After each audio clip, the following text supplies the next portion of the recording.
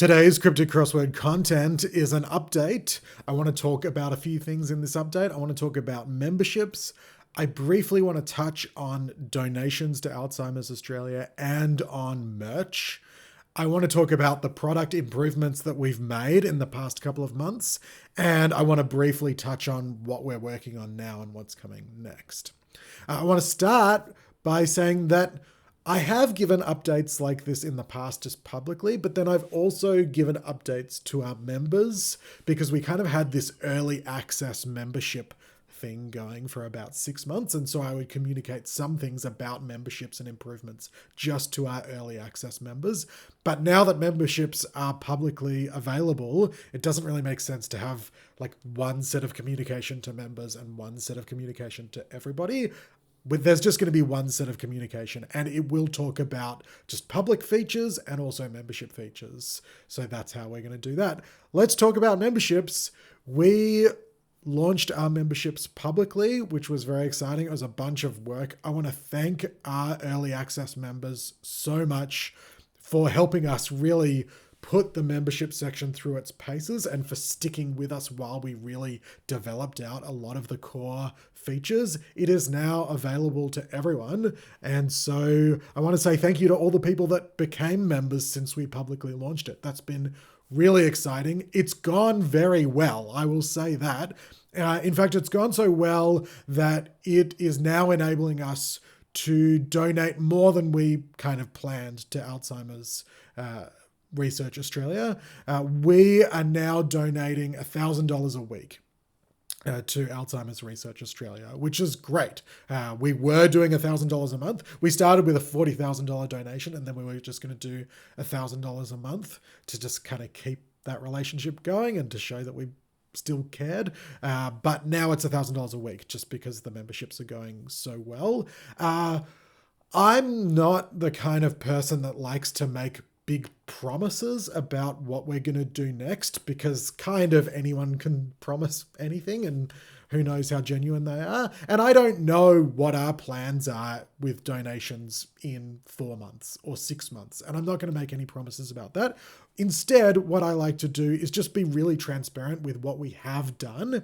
And that's why we donated that $40,000 in one hit, rather than just kind of being like, oh, we plan to blah, blah, blah. You know, it's just better to do something and then say what you've done, I think. And so I don't know what we're going to do next with Alzheimer's Australia exactly, but what we have done is we've donated $40,000 in one hit. That was in June, and we've since been donating $1,000 a month, and now we're donating $1,000 a week, and that is very easily accessible on the website and in the app. So if you ever want to know, you might never know exactly what we are going to do because I want to keep things nimble and be able to kind of do what's best to keep Minute Cryptic alive, but you will always know what we have done.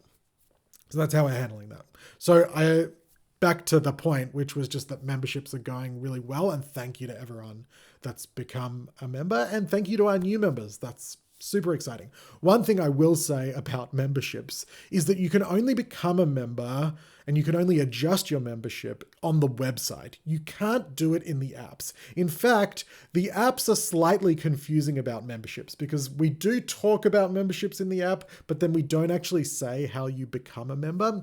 And the reason for this is App Store rules, basically, for iOS and Android. What can I say? There are rules that basically restrict how much you can promote payments from things like memberships unless you use the app's in-app payment systems. And if you do that, you can advertise your memberships as much as you like, but then the people that own the App Store take a pretty hefty cut. So our current payment provider takes a 5% cut, basically, on our payments. Some nameless owners of app stores would take a 30% cut, which is why we haven't gone down that route yet.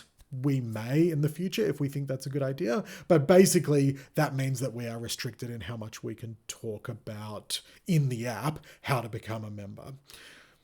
So if you want to become a member, or if you want to adjust your membership, that all happens off app. It happens on our website. How did I handle that? Who knows? And the other thing I wanted to touch on briefly before we get into the work that we've done is merch. Very brief touch on merch. I am working with an illustrator, Laura, who is doing some amazing work on creating some merch. Some of it is kind of always on evergreen brand based merch, and some of it is clue based merch. I've heard from a lot of people that they're like, give us merch with clues on the merch. I think that's a great idea. I think we can go one step further than that, which is rather than just putting a clue on some merch and then going, there you go, we can illustrate the clues. So many of our clues and so many of our favorite clues are visual. They paint a picture. So why not go ahead and paint that picture, literally? And so, yeah, that's the route that we're going down. I'll be keen to see what you think. I don't know exactly what I'm even going to be showing you now visually, but I'll probably give you a little preview of some of the stuff that we're working on there. Anyway, let's talk about product improvements. One of the main things that we did, obviously we made memberships public. That was a lot of product work. We did a bunch of just kind of cleanup work along with that, which is to do with logging in and telling you information about your account. So basically now when you go to log in, we tell you what your previous login method was. There are so many different ways to log in. And so rather than you hitting that screen and leaving it up to you to guess what method you used to log in, we tell you this is the method you used last time to log in. It's probably the method you want to use this time. Just a nice bit of polish. All of this is nice bits of polish. And then when you create an account for the first time, we tell you that you're going to create an account. And then when you log in, we say you've created a new account. Or if instead you are logging back in, we say welcome back, and we give you information about the information we know about your account, so that you can go, is this the right account? Some people have more than one account. Does this information look right? And so you just get a preview of that, and we tell you, does that look wrong? You can contact us here. And then on the account page, which you access via the top left corner of the home screen, there's a little account icon there. We just have a much richer set of information there. So we tell you if you're a member and what your membership number is. And if you were an early access member, a founding member, we tell you the status of your account. If you're on the website, we allow you to manage that. And we just give you your account details, how you log in.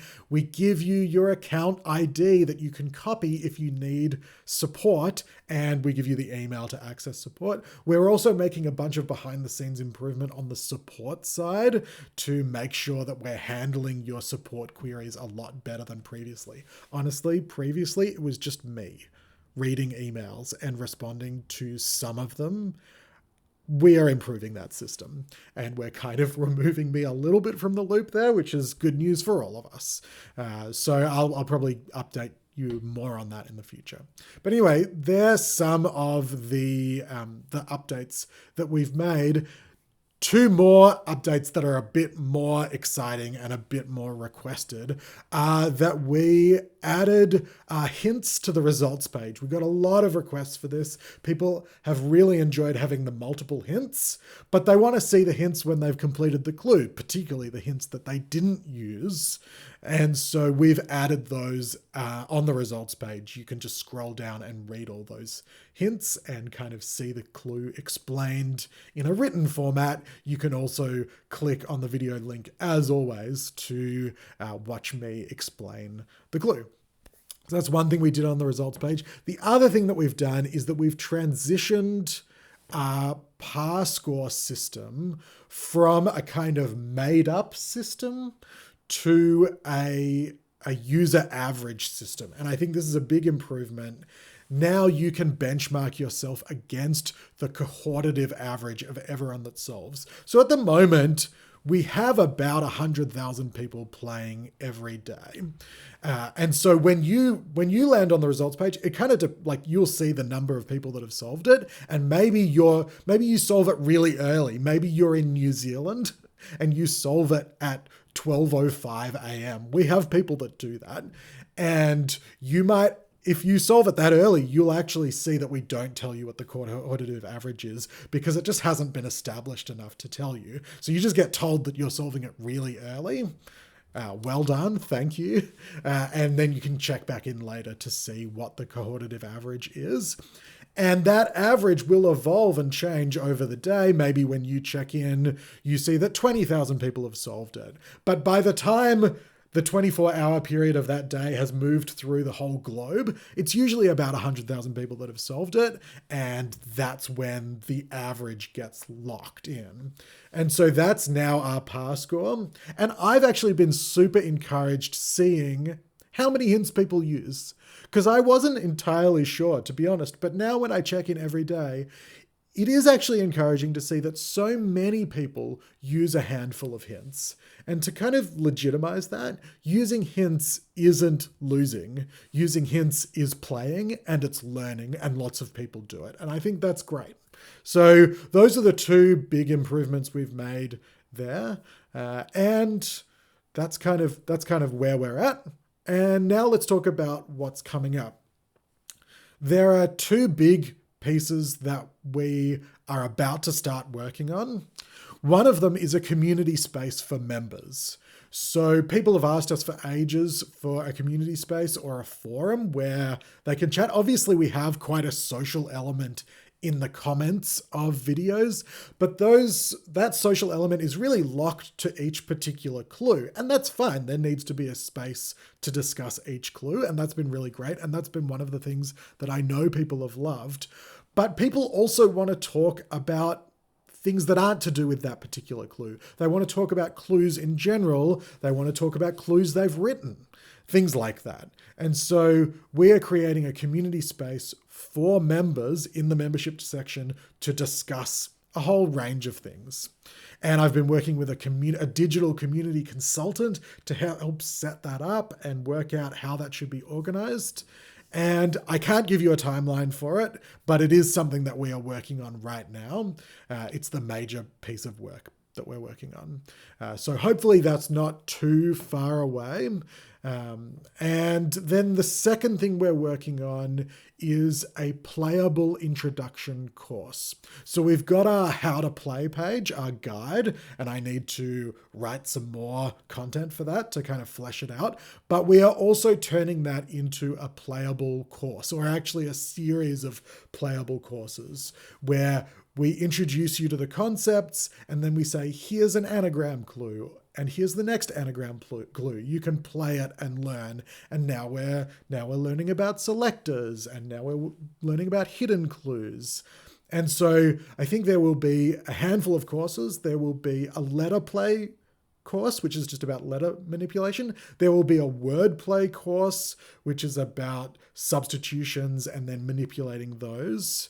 There will be an advanced course, which is more like andlets and rebus and other kind of like more advanced techniques. And then there will be a course where we bring it all together, and there'll be like a mini to play and things like that. And the introduction of some down clue techniques, because in minis, clues run down as well as across. And there are some certain techniques that work with down clues. So we'll have this kind of suite of courses because we think the social media profiles have been such a great way to introduce new people to cryptic crossword clues, but the website does not do as good a job in a way. It just kind of presents the one daily clue, and it's like, if you're new, is that a good clue for you to start with? It might not be. And I do see comments on certain videos where people are like, imagine if this was your first clue.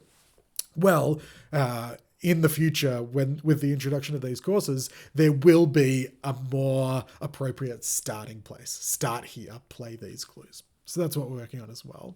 And we will also continue to improve our stats page as well. That's on the agenda. If you're interested in a bit more detail on what we're building and how we think about building and our kind of general strategic frameworks on that, I've included a link in the video description to a public facing Notion page where I've laid out kind of how we think about what we do and how we do it and kind of what's coming up off the back of that strategy. So that link is there if you're interested in those kinds of things.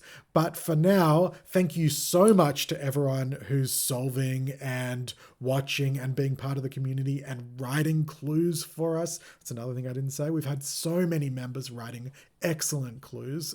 I love that part of our community, and we're looking to lean more into that in the future. But thank you so much to everyone for being involved, and happy solving.